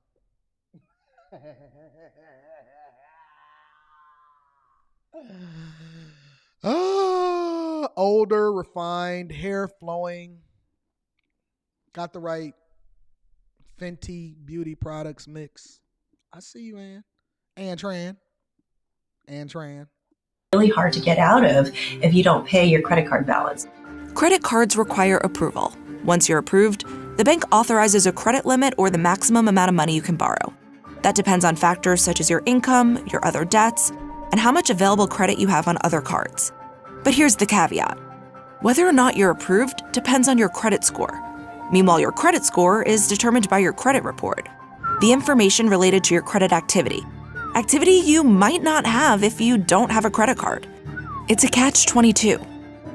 How do you build your credit history? Well, the simplest thing is really to get a credit card, use your credit card, and pay it on time. Which is absolutely false. So even though Ann Tran may have a little bit of sexiness to her and she got her tweed jacket on and her hair is flowing, don't let Ann Tran trick you into thinking that that's the way in which you then have good credit. People think that it's just based off of what you use, and it's not true, right? Multiple different factors that go into whether or not your credit score is going to be high or low. Now, as I've shown you guys, my credit score specifically is about an 808. I have an 808 credit score. If you want to go back and look at the previous live streams, you're more than welcome to do so. But one of the things that I've also shown you is that I have 0 credit card usage, 0 debt, 0 student loans, 0 everything, right? 0 everything. Now, one of the factors that goes into whether or not you actually have a higher credit score is the length of credit that you have, like the credit history. So a hack for that, should I even be having this conversation out loud instead of having it with my bag chasers?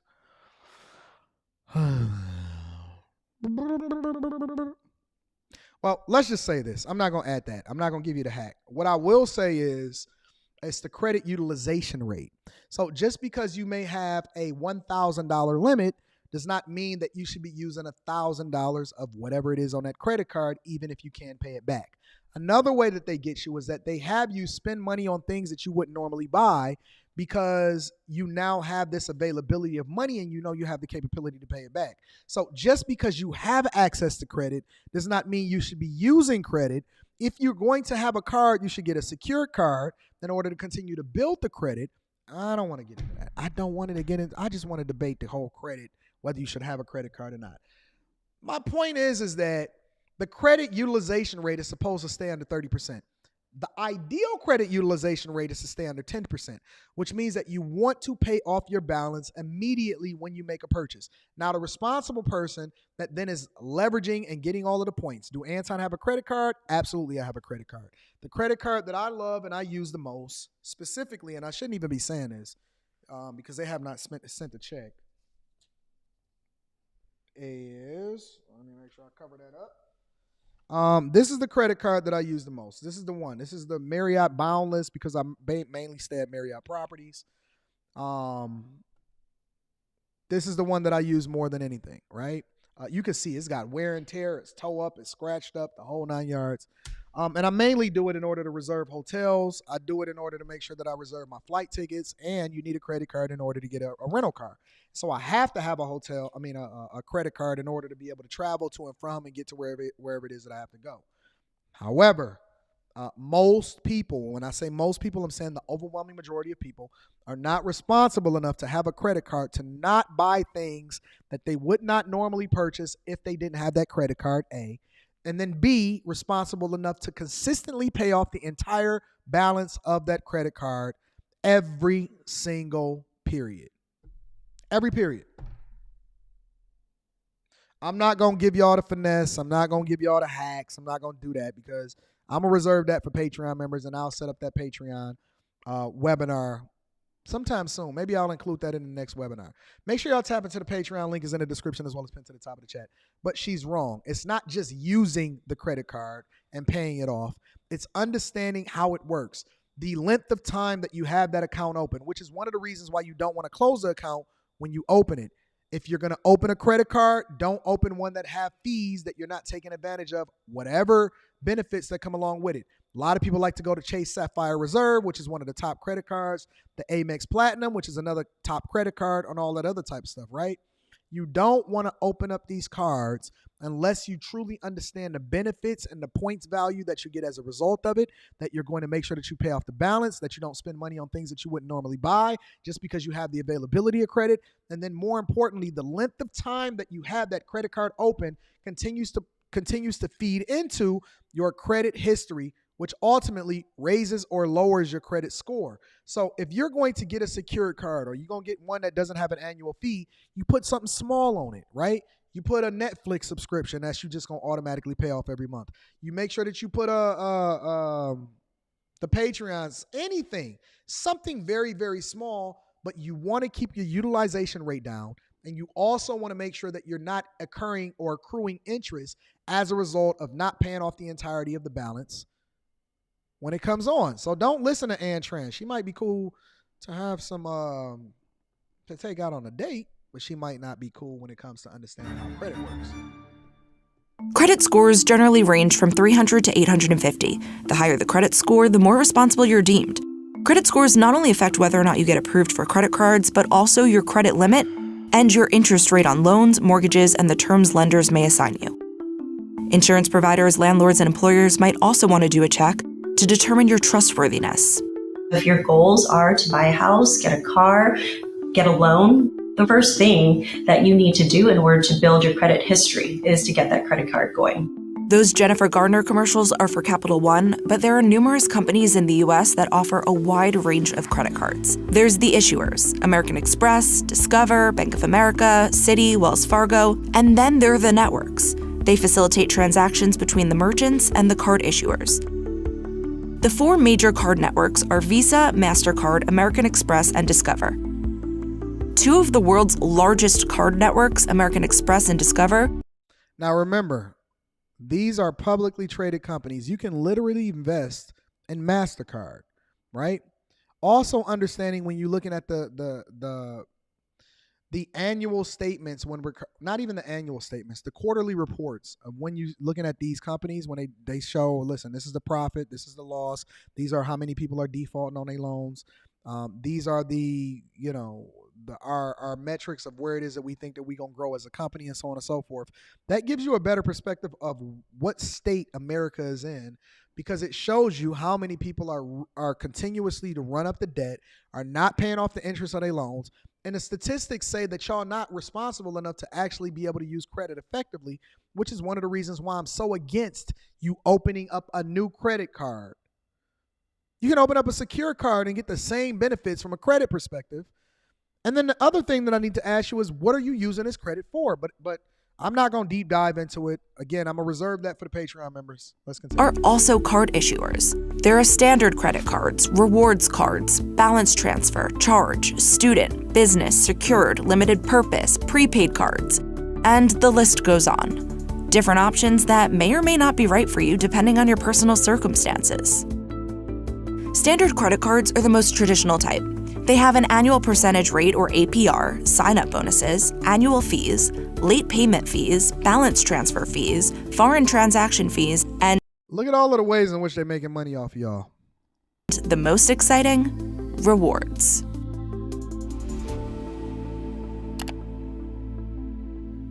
I don't even want to play this part of the video because I don't want y'all to be incentivized in order to open up credit cards.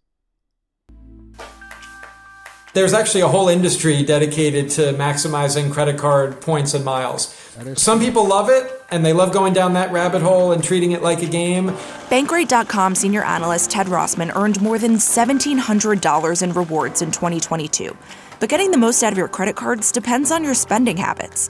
Which perks would save you the most money? So how do you choose? Here's the thing, though, right? When you start looking at these reward systems for these credit cards, if you start to really, really pay attention to it, it really only rewards the people that are really, really high income earners and spenders, right? For example, I showed y'all that I paid $5,000 for my first class tickets for me, Leslie, and Rita to go over to Leslie's Taekwondo tournament over in the Dominican Republic, right? And regularly my spending may exceed a number of thresholds that would allow for me to get the free rooms, the free points, the upgrades on my flight tickets, and all of these other type of perks, right? But I spend so much money that can actually justify it. A lot of y'all just chasing a free room. You want one free room a year, or you want one flight upgrade.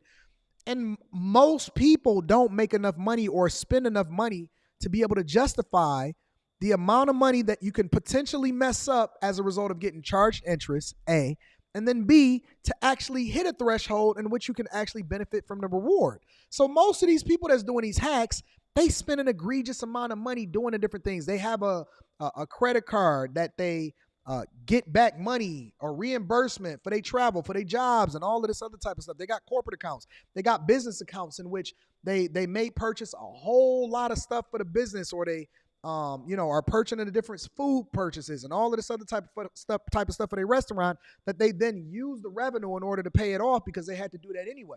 So there are hacks that go along with it, but most average regular people, and y'all say the average man is making $47,000 a year, he does not have the amount of revenue, he does not have the amount of resources, and he does not make the type of purchases that would then allow him to really, really benefit from these rewards programs.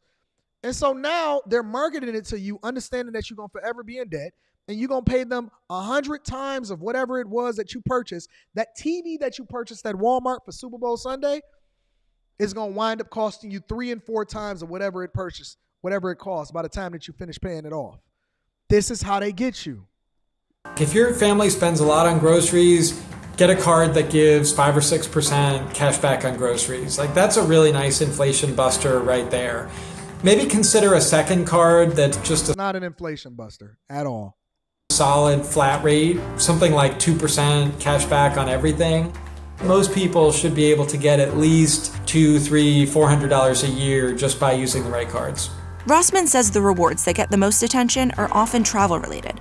Flights, hotels, rental cars, access to airport lounges, free... What did I say?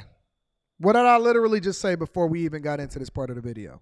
Or discounted TSA pre-check, priority passes, global entry, or clear to get you through those long airport lines. I think a really good strategy for a lot of people is one of those transferable points cards, something like Chase Sapphire Reserve or Amex Platinum. Honest to God, I never seen this video. Honest to God, I have never seen this video. Somebody sent it to me, and so I thought I'd go ahead and have this conversation. But I literally just gave y'all the 2 credit cards that people love the most and that they covet the most. It ain't a black card. It ain't none of that. It's the 2 cards that I just named, the Chase Sapphire Reserve and the American Express Platinum, the one that I got rid of. Being able to transfer to different airlines and hotels opens up a lot of options. The sort of next level tip is within that, if you find partners of partners, like United's part of the Star Alliance and American is part of One World. Then there's rewards for dining, groceries, gas, and also complimentary membership. Are y'all hearing this is literally an advertisement for credit cards. I'm about to cut this video off because you hear the music in the back. Listen to the music. And subscriptions. Big perks for many are extended warranty and purchase protection. A couple years ago, I actually saved $300. Get off my screen. Messing up my people's money. Messing up the church's money. Keep trying to keep having Brett Favre, who over there finessing over there in Mississippi and Alabama, messing up the church's money. Now you out here spending money on credit cards that you ain't got, trying to impress people that don't even like you. Get off my screen. Now I'm about to be messing up the church's money. Shout out to AQ Inspirational. Says it's usually the John Smiths and the Keith Randalls. She's talking about the people that finesse the system as far as the what we was talking about in the last subject. Thank you, AQ Inspirational. I appreciate you. My dog, AL, says General Shao is stealing food stamps. General Shao is stealing food stamps. Some of them, not all of them, but definitely some of them. I've seen them. Blaze Skywalker with the 20 ball says, I'm getting caught up on a webinar from last night. Stopped because I saw you were live. Yo, watch it to the end. There's some fire information in there for you, Blaze. I appreciate you for holding me down, big dog. Listen, I like this new time that we live streaming. I'm definitely going to be going live from now on between 10 and 10:15 a.m. Eastern, because now it's officially really the Millionaire Morning, emphasis on morning show. And I have an opportunity to add more value and can kick it with y'all and see what's going on in the chat, and can be able to add value into these conversations. So listen. Ladies and gentlemen, the lesson for the day, the word of the day, is the word that I have on the front of the live stream, and it is attack. Attack. Don't get attacked. Don't allow yourself to be peer pressured to attack. Don't get caught up like Tekashi 6ix9ine in an attack. Attack your credit card debt and make sure that you pay it off, right? Make sure that you attack poverty by doing a thing that's in your best interest and making the decisions that you have to do now in order to be able to really level up and win for the rest of your life. And make sure that you do not let anybody attack your brother and sister. That is in the Patreon. Link is in the description as well as pinned to the top of the chat. I love you. I appreciate you. I need you to do me one more favor before we get about it. Make sure you share this with your family and friends. Bag Chasers, if you have not rewatched or restreamed the webinar from last night, it is in the Patreon. We don't want to be rich by ourselves. I love you. I appreciate you. Thank you, ladies and gentlemen, for continuing to do the things that's in our best interests. And we are going to continue to beat you over the head with this good old information that allows for you to level up. I love you. I appreciate you. My friends, my family, you guys are absolutely awesome. I'm going to holler at you later. Peace.